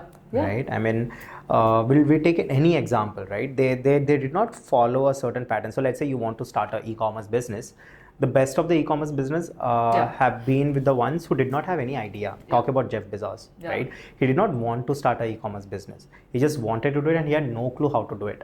But then since he was ignorant enough, I think that's how he conveyed a set of audience with a newer idea, with a something different kind of an idea, a unique kind of an idea. I think that's what makes you successful, right? When you really do not know how to do a certain thing in a traditional way, that's when you approach it in your way. That becomes Bhavana's way. Very true. Right? And from there, you actually grow, not just traditionally grow the system, but you actually craft a new way for others to at least see, learn, and then path out or carve out their own way. So I believe that as you've mentioned, I really understand that, and I also understand why you're emphasizing on that aspect, because if you're just learning in a certain way which has been taught for like last 10 years and you're still learning the same way, there won't be any space for you to actually innovate, create. So I think it's again, I mean, it comes with its own pros and cons. Not bad if you're learning something, it's not bad, of course, but at the same time I think if you're giving yourself that space to innovate, that space to create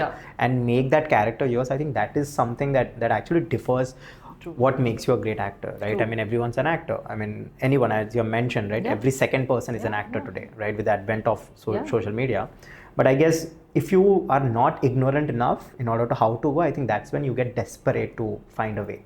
And whenever you get desperate to find a way, you create magic. I mean, sometimes you might not, but if you do, and if you're getting successful at that, then I think you're creating magic. You know what? That is the only quality why I've done these many works, by being in a different state, but not even going to any offices. Right. That's the only quality, because whomever I've worked with, they say that Bhavana, you bring rawness. It just feels like somebody whom I know is acting. Right. Because once you get trained, everybody has their own method. Everybody becomes like a clone. Right. I'm not disrespecting or not misusing any words regarding people who are trained. Right. But I'm saying the pros that I have. Right.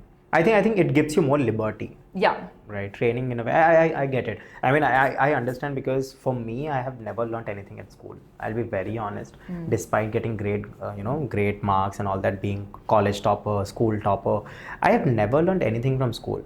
It was me who used to go back home, open this laptop, because I was internet friendly for my time. So I had to go shut on my system, power on, and then sit there and then type and then learn by myself. So until unless I don't learn it by myself, no teacher can ever teach me. Yeah. So I think I understand that part of yours. And having said that, the stereotyping, that would definitely happen. Yeah. Right? That would definitely happen. I think it's a very long way to. And literally, I don't understand why, because there are situations where people even say that, literally, I get pitched for those characters, and I really, there is a very sensitive, feminine part in me too, which I might not portray it out. I'll tell you something. Good directors bring good actors. Yeah. But great directors makes you a great actor. Yeah. That's the difference. Because if you're mentioning about you being stereotyped, it's just because the director do not have that vision to see you as someone or to make you or create something new with you. And that's the reason, that's the difference between all those bigger directors. And here we are not even making anybody little or big. Yeah, of course. It's your way of functioning. There's your way a of very working. pool of people. If not me, there's somebody else maybe for a different price or maybe for a different whatever recommendation. It can be anything. That is because once the power is in other person's hand, I'm nobody to even find a fault. I'm not a filmmaker. I'm not a director. I'm an actor waiting for an opportunity. Right. When the power is not in my hand, I can only find faults just to convince myself. Just to make myself happy. But I shouldn't do that. The power, it's obviously everywhere. Whoever has the power. I mean, any industry, you take out any industry, it's power. At the end of the day, it's same. And that's the main thing that I also have, because I also have this kind of a thing in my head that in my family only I have a cinematographer, I have a filmmaker. Right. If nobody is giving an opportunity, I'll become an AD or something to my own brother. Right.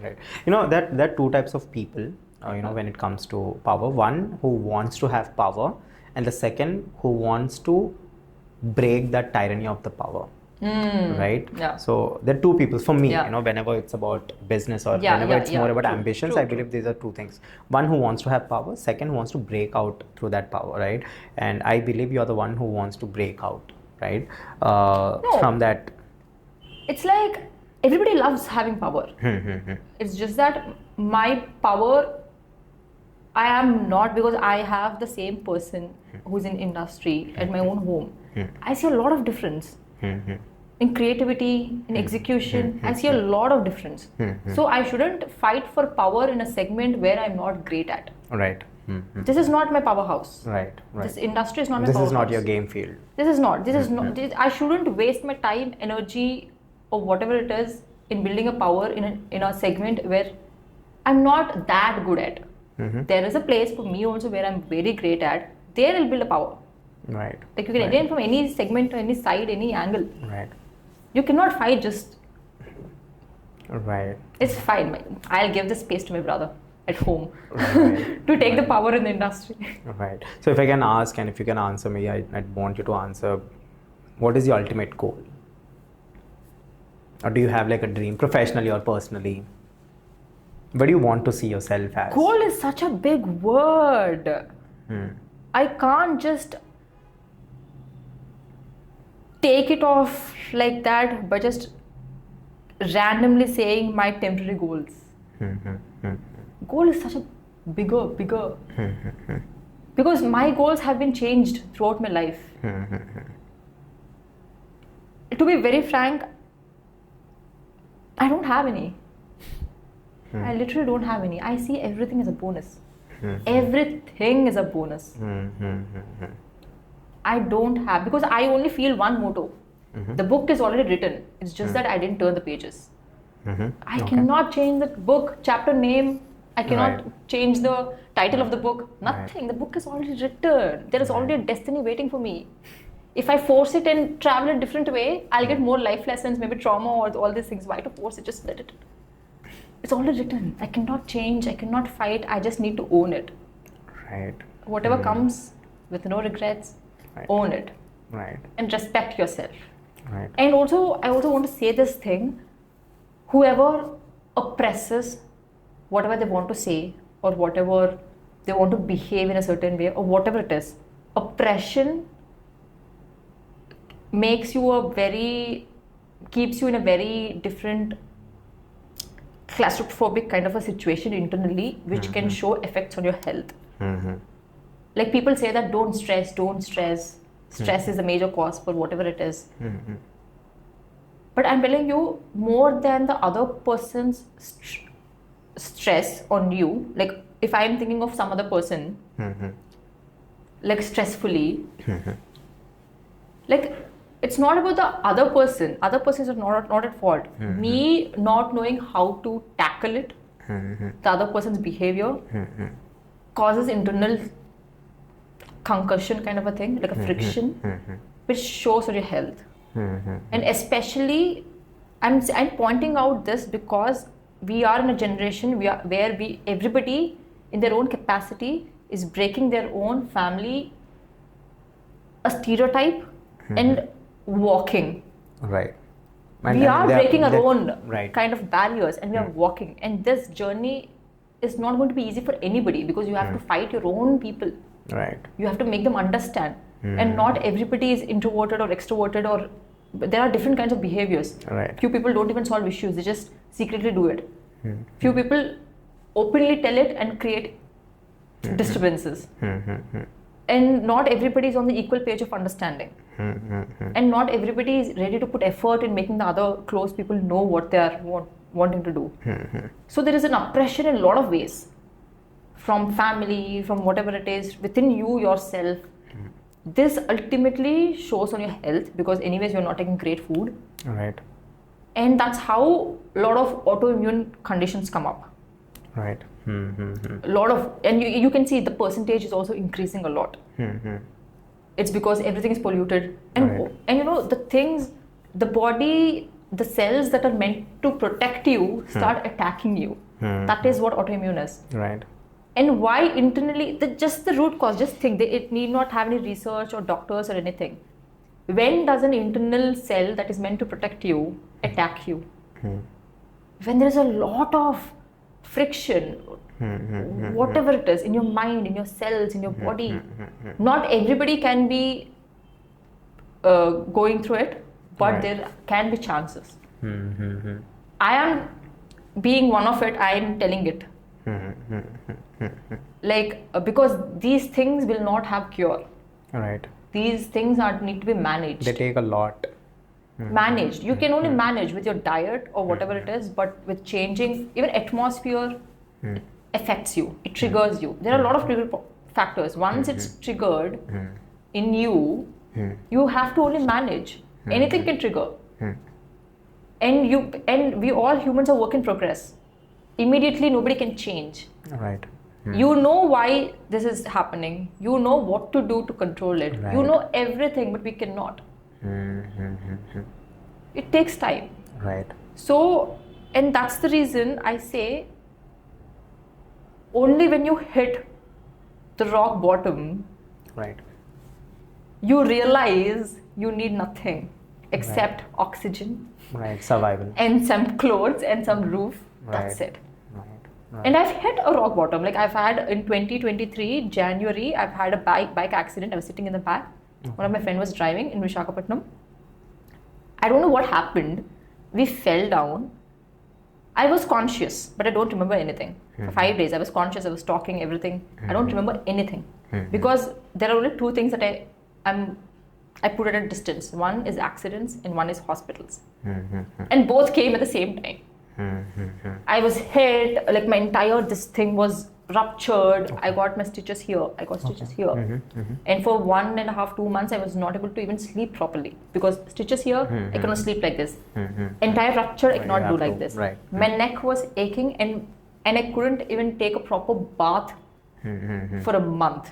There's no head bath because blood, stitches there. And you know, at that minute, it made me feel that God was giving me a teaser.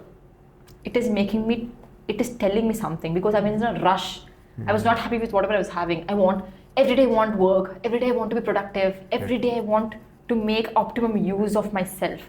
I was in this rush because I'm in that age where I have to work, I have to get money or whatever work or whatever that keeps me exciting. I have to do it. And I'm getting it. I'm on that wave. And I don't even have time for family or whatever it is. Everything became as if I'm, you know, every person goes to that kind of a high. Right. I was in that high. Right. Where you're just me, myself, and I. Yeah. That high. Not even phone calls to my parents. Nothing. It just, the thought was also not there. I was just so focused. I was so driven. And this thing happened. And just, I had a here cut. What if, because when you fall, nothing is in your control. It can hit anywhere. Right. What if it goes into my eye? I had a here cut. What if it's deep? If you can see here mark. It was from that accident. What if something pushes like a throat? Pierced. Like it made me think a lot. Like how it just, you won't believe, Dave. It made me think that universe is telling me a lesson, and when I'm falling, it took me a head from there and kept it aside. In a safer place where you learn a lesson, but you'll still be alive. And in that point of time, you thinking like that hits in a very deeper level. Right. Hits in a very, very, very deeper level. Where for me, taking a bath was difficult, sleeping was difficult, breathing was difficult. Me just being alive was the biggest gift. And I still, it's been 2 years. It's been more than 1 year. It's going to be 2 for this Jan. I still remember it very clearly. And for me, that is like the second life I've gotten. And I think from that time onwards, I've been more clear that everything, whatever I get, is a bonus. Every day, because I don't worship like temple worship. Not a typical. Right. Yeah, I'm like a spiritual, like God is in me. He's listening. So I don't, even if I talk bad or bad intention, I feel that he gets affected. So I don't even have bad intentions, bad talk, or whatever it is, because when he's inside me, I also feel that whenever you talk, if you hold your whatever it is, you can see the vibrations. When you talk, there's a vibration that comes. Right. So I protect that. Not even like even intention. It need not be an action. Even intentions have vibrations. I don't want anything to get affected. I worship whatever the God in me is. Right. So at that point when the accident happened, it completely took a giant wheel turn. Not just U-turn, yeah. It's a giant wheel. It's not even a U-turn. It's like grrr, it's like that. Right. Love didn't become important. Right. Nothing became important. Not career, not fame, not money, not my goals. Nothing. The minute that I'm alive, there are parents. There's my mom, dad. And looking at me like that, they got affected, but I don't remember.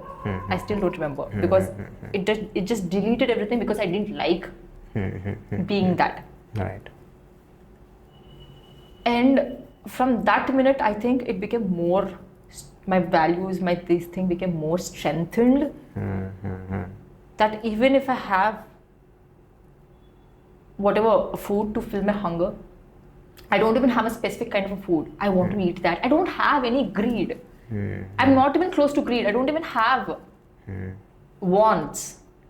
Want is different from greed. Right. I just have needs. Right. Wow. Just the needs. And with this second life, I feel that God has made me alive with a trailer cut. If I don't listen to this sign, it's going to give me a trailer. Right. If I don't listen to that sign also, it's going to release a movie. Right. And it's going to be a flop. For, and you're not prepared for it. Yeah, like, you have to, I'm telling you, all the senses, the 5 elements in the universe always protects you. It's just that with the rush of life, with whatever aviations and all deviations you have, you don't focus on these elements. They always talk to you, they always are in sync with you, they always are to protect you.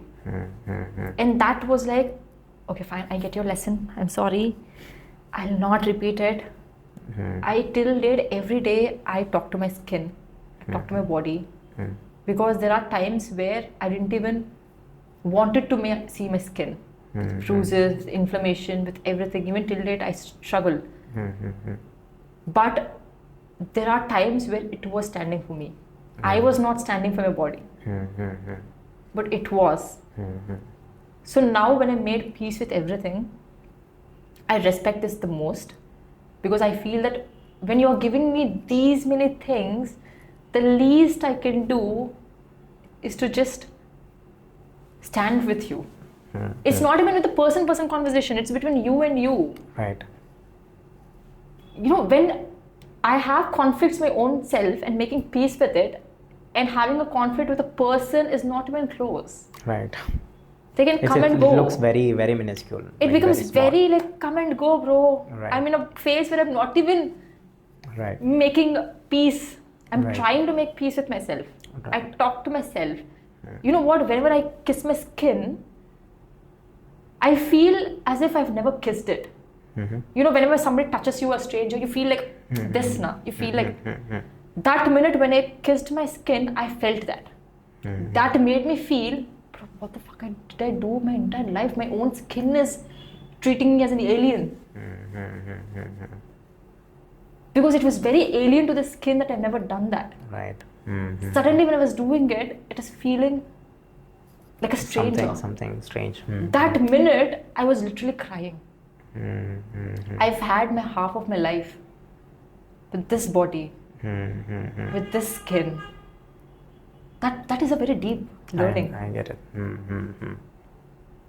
And after that, what worship, what God, what everything, bro, I'm just worshipping me. I'll just make peace with me. And as it is in the temples, putting money in hundis and all these things, they're very far from me. When the peace is not made within, Right. you can change a place, you can worship a person, but the intention you can never achieve. There is no purity. Right. You can put me in a different place, you can put me in a pub, you can put me physically in a pub, but when my intention is not that, I cannot optimally utilize the resources there. But if I go with the intention that I have to party, I have to get drunk and everything, even if there are no resources, You'll find. you will find resources. Right. It's the same thing. It's like you have utmost optimal resources within you itself. Right. There's a God, there's a touch, there is senses, there's everything, there's love. Stop finding in a different person. If you find it, it's a bonus.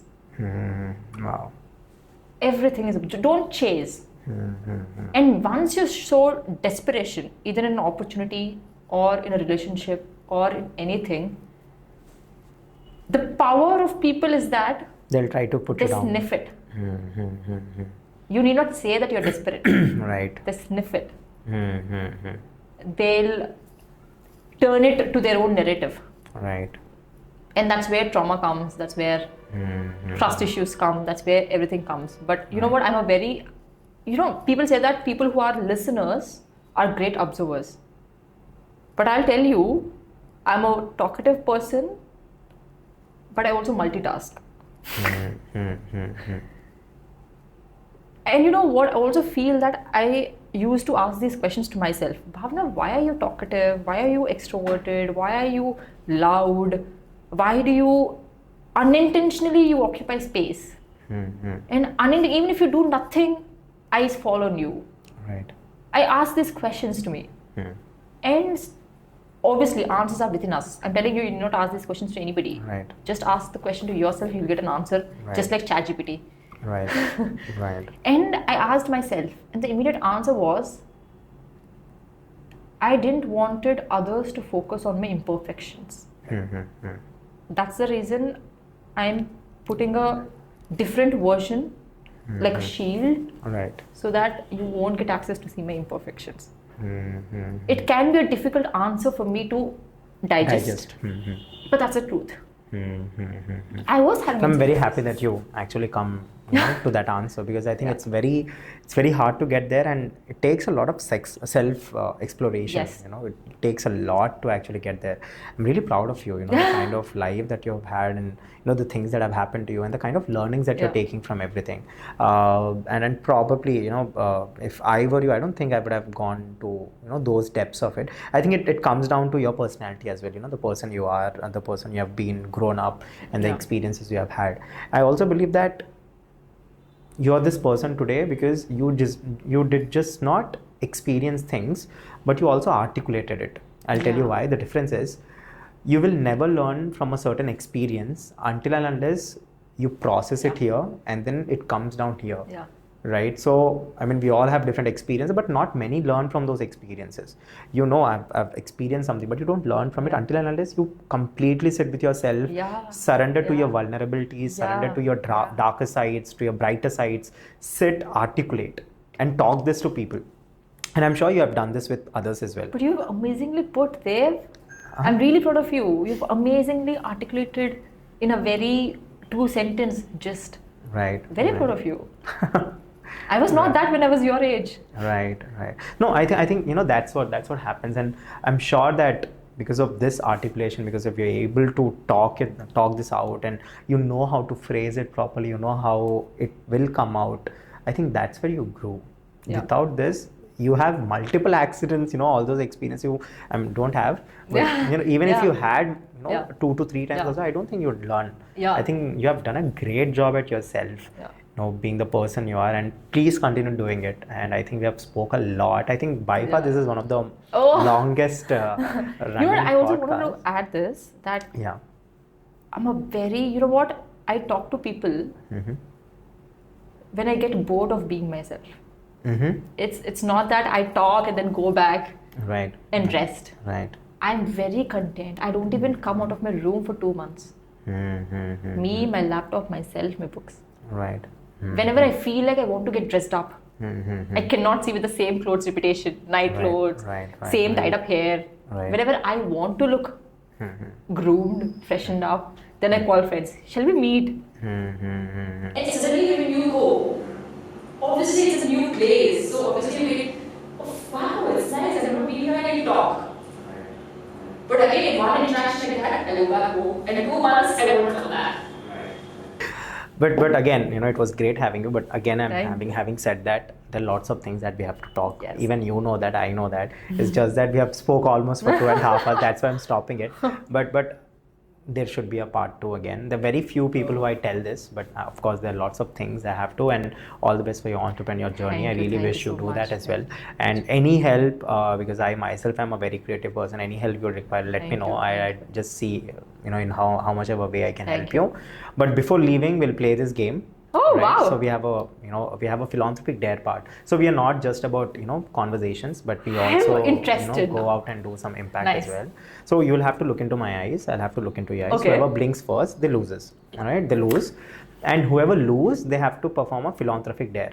Okay, what happens there? So in the dare, we can either go to a school, okay, and volunteer an hour of time and then teach them about something you're passionate about, or we can go donate some food to underprivileged children. Okay. Something philanthropic which is impactful to the society. That's if I lose. Yeah, that's whoever lose. It's not that you lose. But let's who is say if going to I change lose. place? So let's say if I lose, then I'll be doing it. You would be accompanying me. Okay. If you are losing, then I'll be accompanying you, and you will perform the dare. Okay. Right. Understood? Yeah. Any questions? Even even if you win or even if I win, we'll go to the same place. We'll do that. Yeah. But still, I want you to be a little competitive. Right? Because I believe that you have bigger eyes, so you might win because you can well up lots of tears there. Unlike me, who have very. But I don't want. Please don't get. Intentionally, don't lose it. Yeah, of course, I don't do that. Done. Okay. When is it starting? Shall we start? 3, 2, 1.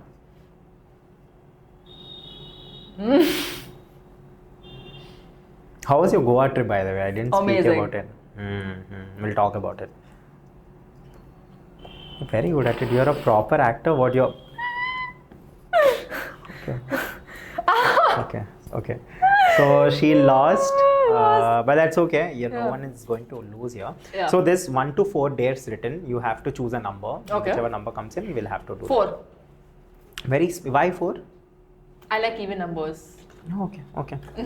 It says distribute blankets at an old age home. Oh, nice. Yeah. So the next time we are meeting, let me know whenever I'm free. Once the episode is published, that's when we'll meet, and then we'll do this dare. All right. But I also want to see 1, 2, 3. Yeah. Volunteer your time in a government school. Feed stray dogs. Donate food to underprivileged children. And sorry for my handwriting. Yeah. That's No. Some blankets, nice. Right. It was great having you. Same here. It's amazing. You know what? Before coming here, I used to have a different a thought. Like, how is it going to be? It's going to be my first podcast. Like, who is this man? But now, after coming here, I'm telling you, you are beyond what I've thought. Right. And I'm very happy that I've been a part of this journey of yours. Thank you. Means a lot. Thank you so much. Right.